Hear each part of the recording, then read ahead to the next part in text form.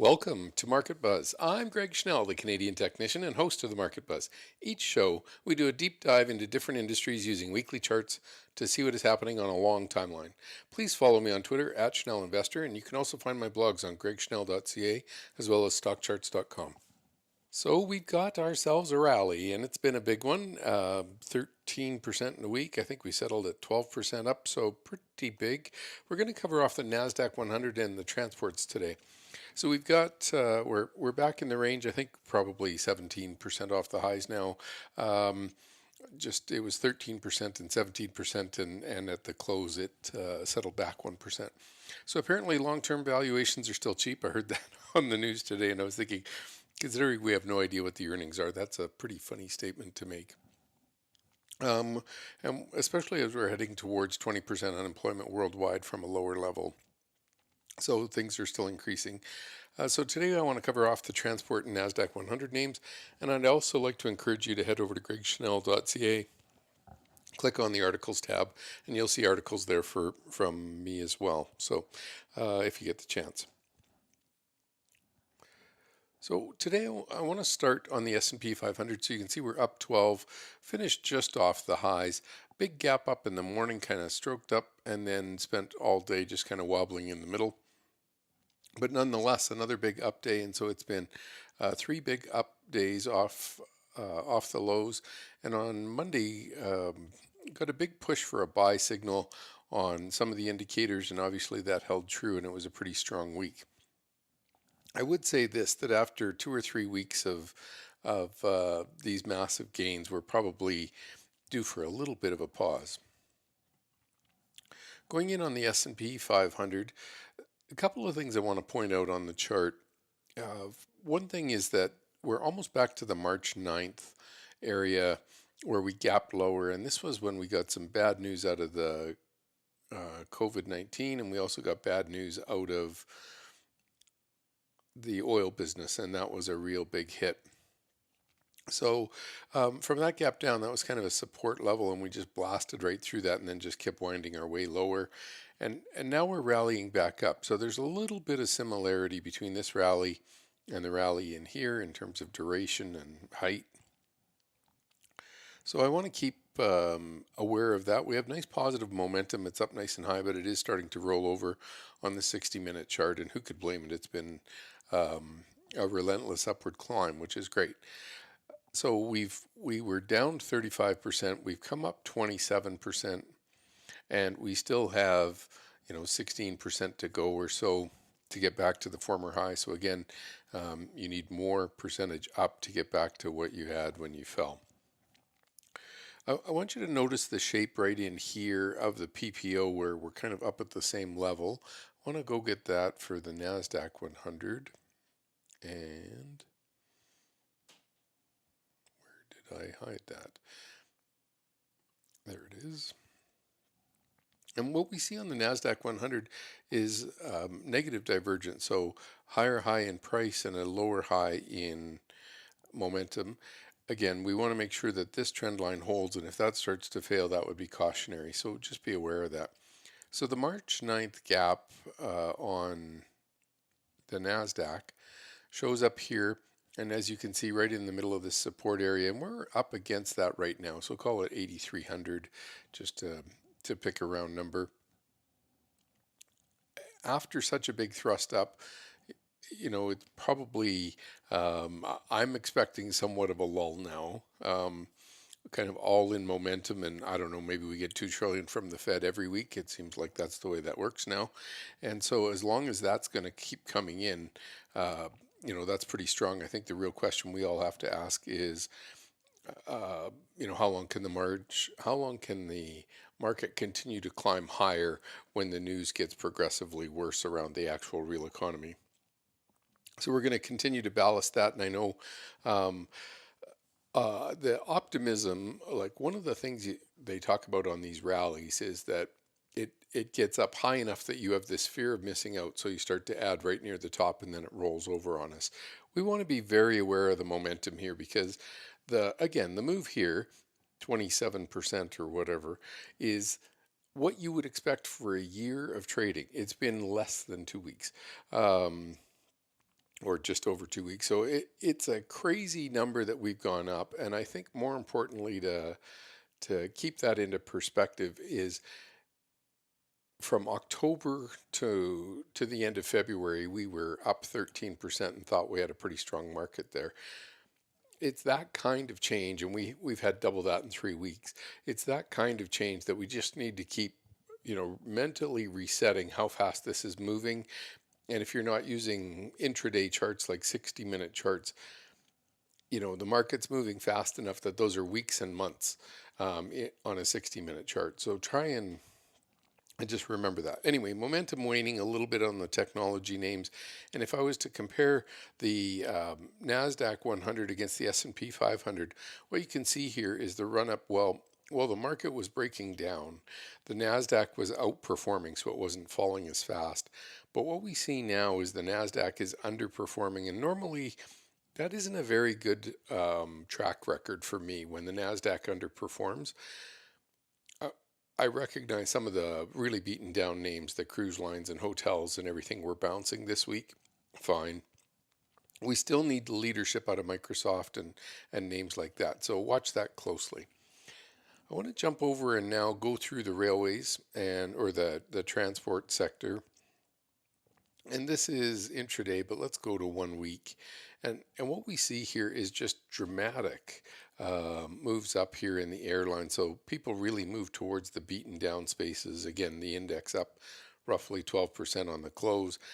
And all of these easily outperformed that. So after beating them on the downside, they started to bounce back up. Delta was surprisingly weak. So there's something going on there that we'll need to figure out. But it was not getting anywhere near the love. When we look through the delivery systems, they were okay. They were kind of underperforming the index, which I was surprised at. I would have expected a little better performance out of them. The railroads were well underperformed as well. So when I have railroads underperforming, to me, that's a pretty big deal, and I really want to be cautious. So now we have tech underperforming, railways underperforming. Both of those are big worry points for me. So I would continue to be cautious here. And again, I traded all week on the move up, just taking snippets out of the market and trying to capture those. With the momentum rolling over now, I'd be very careful here. Just expecting big further gains in the short term. Looking back at the trucking industry, you can see most of those underperformed. One of them, Landstar, was in line. And then Ryder and XPO, these two were beaten down pretty hard. They bounced up a little bit. So anyway, that broad perspective, I would just say the transports don't really look as strong as we'd want them to look for the start of a new bull market rally. Let's go in and look at the charts. And again, you saw the order that we're sorting them here. I'm just going to go to a view all mode. And what I want to look for here is how they did compared to 4 weeks ago. I guess one way I could show that is let's go to the S&P 500. And we're just going to set this to a 1 month chart. 1 month, and we're going to go to a line chart. What we want to show here is that we are back to where we started the month at, pretty much up 1% now. So for the overall month, we kind of want to get back to those levels. So when we go into these transports, we're looking for this. So this first week that's on the line was the actual week finishing March 2nd. This is the week finishing March 9th. And so just the S&P's back at that level. What we want to watch for now is how do these stocks compare to that March 9th close? So again, it's the close the week after the shaded bar marking the beginning of the month. So this particular stock, United Airlines, in 4 days traded higher than any other volume it's traded through this whole down compression. So there were definitely some buyers showing up on the news coming into the stock. That was very helpful. And when we look down here at Spirit Airlines, again, not getting up near the July or the March 9th close, not bad, but still a little bit off it. It's pretty good, but it was up 35% this week. That's pretty good living. American Airlines Group, obviously you had to buy the ugliest candle of the week because that was the low, and it got up to last week's high and again generated 33%. So these were really out there, and again, some people are starting to think that this COVID isn't going to work out as bad as feared, and we're all going to be back at work pretty soon. So the optimism is starting to show in some of these uglier names. Alaska, again, trying to look. Here's the March 9th low. Or the March 9th close. We're a little bit away from there. Southwest Airlines, again, down quite significantly, but up 20% on the week. And again, they got the 737 MAX issues. Apparently, that has been the test flight for the MAX has been set back to May. So perhaps we'll start to get some good news out of Boeing, and Boeing was one of the top performers this week. JetBlue, sorry, I didn't want to jump out of that mode. JetBlue is similar to Spirit, where trying to get back up to that the 9th, and just a little bit off that pace yet, probably still $2 on $10. So got another 20% to go. Delta. Again, this really isn't getting anywhere near this level up here. So there's something considerably wrong. Investors don't like it as much. It had a good week, up 8%, but not up the index level of 12% or the rest of the aviation names. GATX, commercial industrial vehicles, just getting back up. It tested into this gap and then gave it all back. So it's back in the range of the last 4 weeks here. United Parcel Service and FedEx, both of those I thought would rally a little bit more on the news from Amazon. They did not rally as much.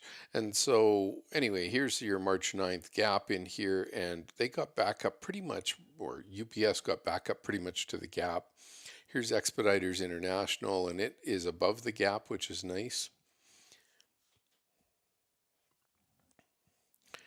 Looking in on FedEx, it is, so here was your March 9th close. So this is looking better, much more constructive. And the one thing I would say is it's made higher low for the last 4 weeks and higher high. So that's pretty strong. Not quite every week. Last week it didn't quite make a higher high. But the fact that we're getting up and testing this March 9th low and we're now back above it, I think that's pretty bullish.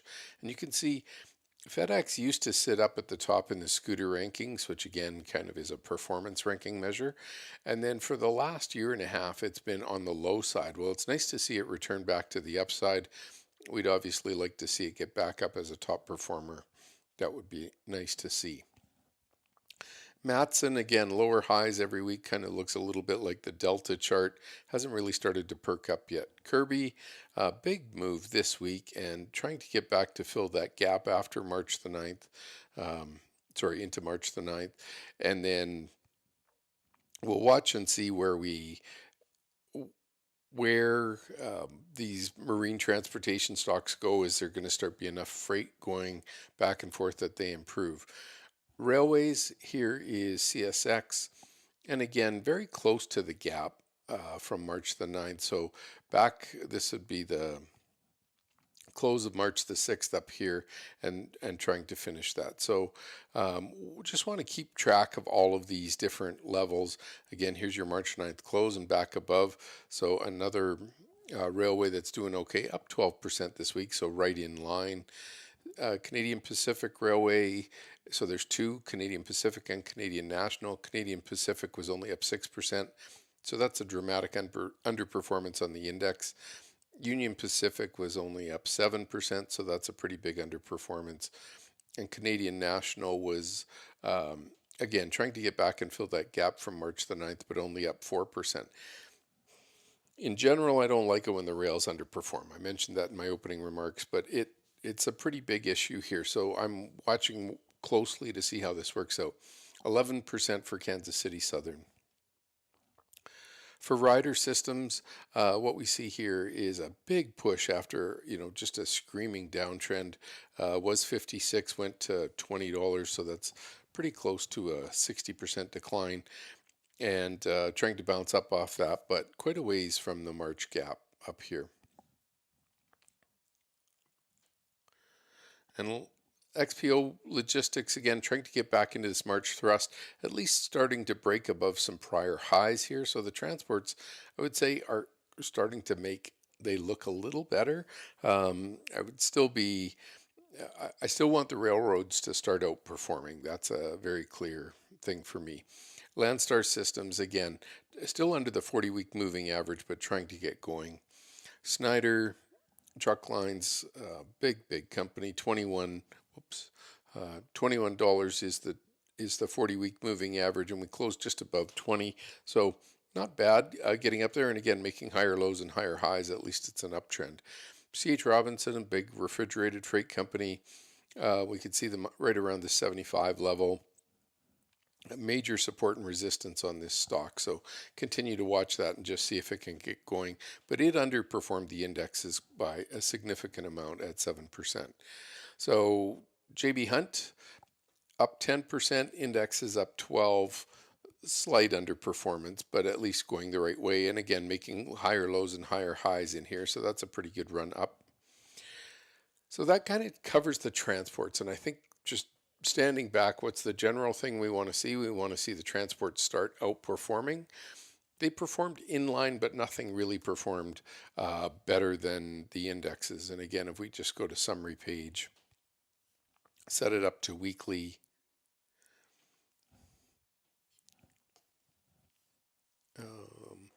So the airlines outperformed, one in the marine transportation, Kirby outperformed, and then we had Ryder and XPO. But in terms of the railways, Norfolk Southern was close, Kansas City Southern wasn't too bad, but the other three or four were a little bit less. So just careful on the transports that are not kind of doing what we want to see yet. Rolling into the Nasdaq 100, the way I've got these sorted is what moved the most this week. That doesn't mean they were the best stocks. So here's United Airlines, up 32% this week, and we just went through some of the transport stocks. Again, people moving to junk for the original part of the move, and then if they thought the market was actually going to go back into a long-term uptrend, they'll probably look for stocks to rotate into after they've made big gains in the very weak stuff that bounced, and then they'd move out of the bounces and over into the, I'll call, firmer uptrend stuff, maybe a Microsoft or whatever. They definitely didn't do that this week. Wynn Resorts up 36%, and let's just go in and look at these. These are all mixed up in terms of sort order, but if you look through the list here, almost all of these names have weak scooter rankings. Here's Microchip at 61% and Tesla at 99%, Autodesk at 92%. But for the most part, a lot of the leading stuff this week was the weaker names. So that's one of the things that I think is important to take back from here. Again, we're starting to see a few of the silicon or semiconductor names start to pop to the top, KLA and Lam Research and NXP. So that was good to see some of those semis start to come back. Hopefully, if we can continue this run up here, again, even if we paused for the week, as long as we keep positive momentum, and as I mentioned on the S&P chart or on the Nasdaq chart, we just don't want to see this momentum go back below zero again. That would be a problem. So keep an eye on that. That's probably the biggest thing to watch for. But let's go look at some of these names and just see how they've performed. Yeah, okay, let's do that. I was going to say maybe we should start it the other direction, but we'll just start this way and quickly work through them. So United Airline Holdings, again, lower highs. Wynn Resorts trying to make a pretty wide range here from 35 to 75 just in the last 3 weeks. Really wide swinging stock. And again, if it doubled from here, it would get back. So another 100% from 70 would get it up to the old highs from January, February. These names are obviously beaten down. If Vegas could get going, then obviously these stocks would really start to move. Expedia, building a base down here, hasn't really started it did make a higher high and higher low this week, so that's bullish at least. Marriott, another beaten down name, hotel name. Higher highs and higher lows this week, closed up 37%. So for those having the courage to buy it last Friday, you had a great year. Align Technology, you could just see rolled over and is kind of building this wedge pattern where we start to, or pennant triangle pattern where we start to build and break back out again. That's what we'll be looking for, something like you might have seen in here, and then it starts to rise up. American Airlines, again, drilling down in the bottom right-hand corner, doesn't look a whole bunch better than Delta. Ulta Beauty, this one is really nice the way it closed higher than the previous 3 weeks, so a really nice strong finish. Not a lot of volume, but again, it was a short week. Microchip Tech, this one pushed higher on smaller volume. Tesla, big news out of Tesla in terms of slowing down their car manufacturing, but their car sales were pretty good. So they've been trying to do the no contact delivery experience. Pretty interesting. Really difficult for the car world, actually. Anyway, Tesla had a very good week, up 19%. And again, after that big pullback, bounced off the 40 week and is trying to hold that, now coming up against the bottom side of the 10 week. Cognizant Technologies, nice push this week, really nice push, up 25% to get back above those previous weeks. So highest in 4 weeks, nice to see. Autodesk, same thing, higher than 4 weeks.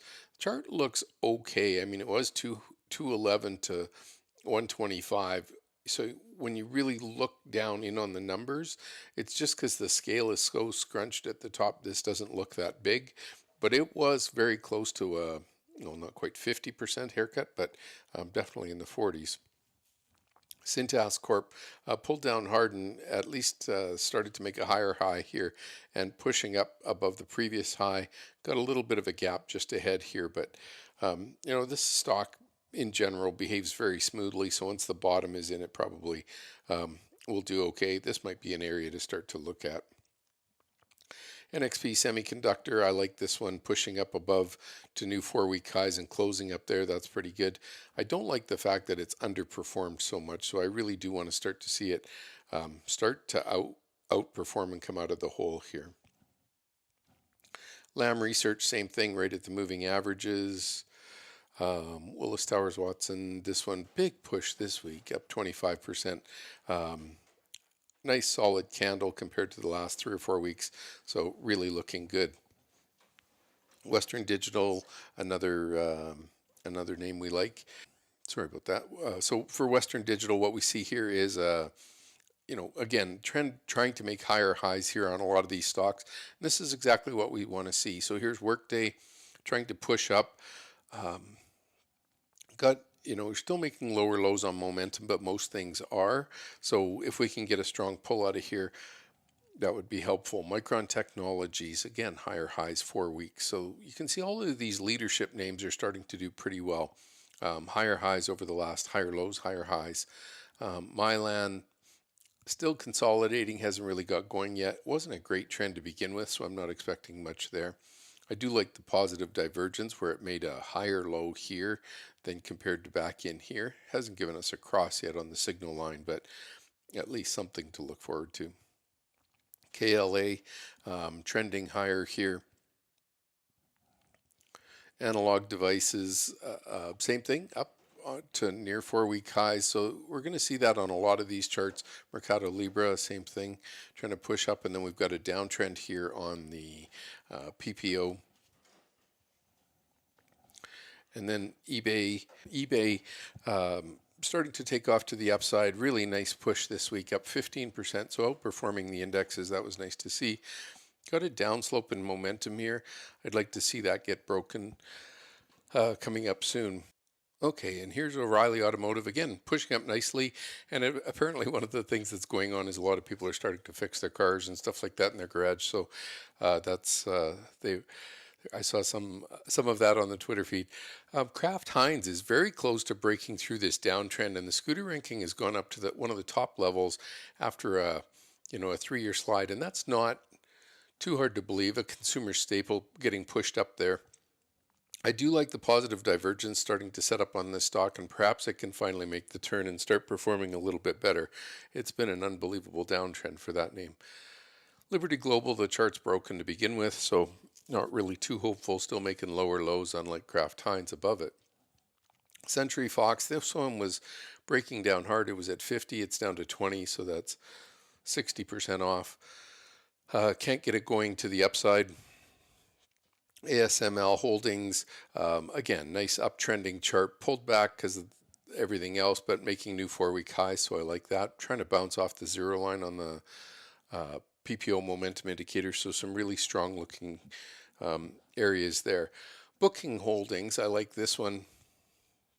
What you see on the name, again, trying to get to new 4-week highs, very close to closing above there. So that gives us a look at some of the bigger names out there. I do want to talk specifically about some of the leadership names. And if I go look at the FANG stocks, let me just go grab a existing chart. What we see on this FANG name here is how did they finish this week? And I think it's pretty important. So again, the stock market made higher highs, much like Amazon did here.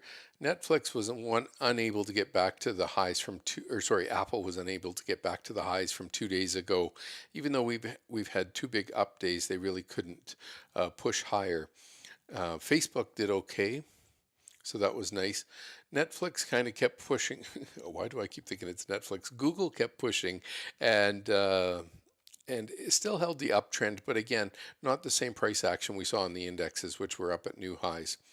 Netflix, there's the one, and you can see it closed down, down, down. So not the price action we're looking for. A little bit worried about that if this starts to correct at all.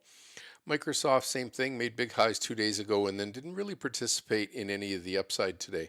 So didn't gap up in the morning and just kind of held in there. And then Disney had great numbers out of their subscriber base. They had 60% gain. So when you see that kind of big macro improvement, that's a pretty positive place for the stock. Now, if they can start to get the rest of their businesses going back, this thing's probably got a big run going. I really like that it's based out here over a month and back. I'll call it March 13th area, and doesn't look too far from getting away here. But I want to stay focused on when the transition happens from the really strong names over into these other names. And I wrote down some of the percentage gains on Microsoft and Apple and that kind of thing. Microsoft was up 8%, Apple up 11%, Amazon 7%, Netflix 2%. So the only 2 that outperformed the index this week out of those 7 were Facebook and Disney. And that was at midday or something when I kind of looked at that. So anyway, keep in mind all of that. I think the bigger issue we've got going forward here is the market's had an amazing run, 27%. And now the question is, does it need a little time to rest in here? So be cautious if you've got some gains. When you get 1 year's gains in, or a half a year's, when you get like 2 times annual gains of 7% in 1 week, it's probably time to be a little bit cautious. Thanks everybody for taking the time to join me. Market Buzz airs Wednesdays at 10:30 a.m. Eastern, and you can also see the recordings on StockCharts TV YouTube page. Thanks everybody. Bye-bye. Hey guys, Grayson Rose here with StockCharts.com. Thank you so much for watching. I hope you enjoyed this video. Remember, if you did, give us a like down below, leave us a comment. We'd love to hear from you. And most importantly, don't forget to subscribe to our YouTube channel for daily content from an incredible collection of technical analysts and financial minds. We'll see you back here very soon. Happy charting, my friends.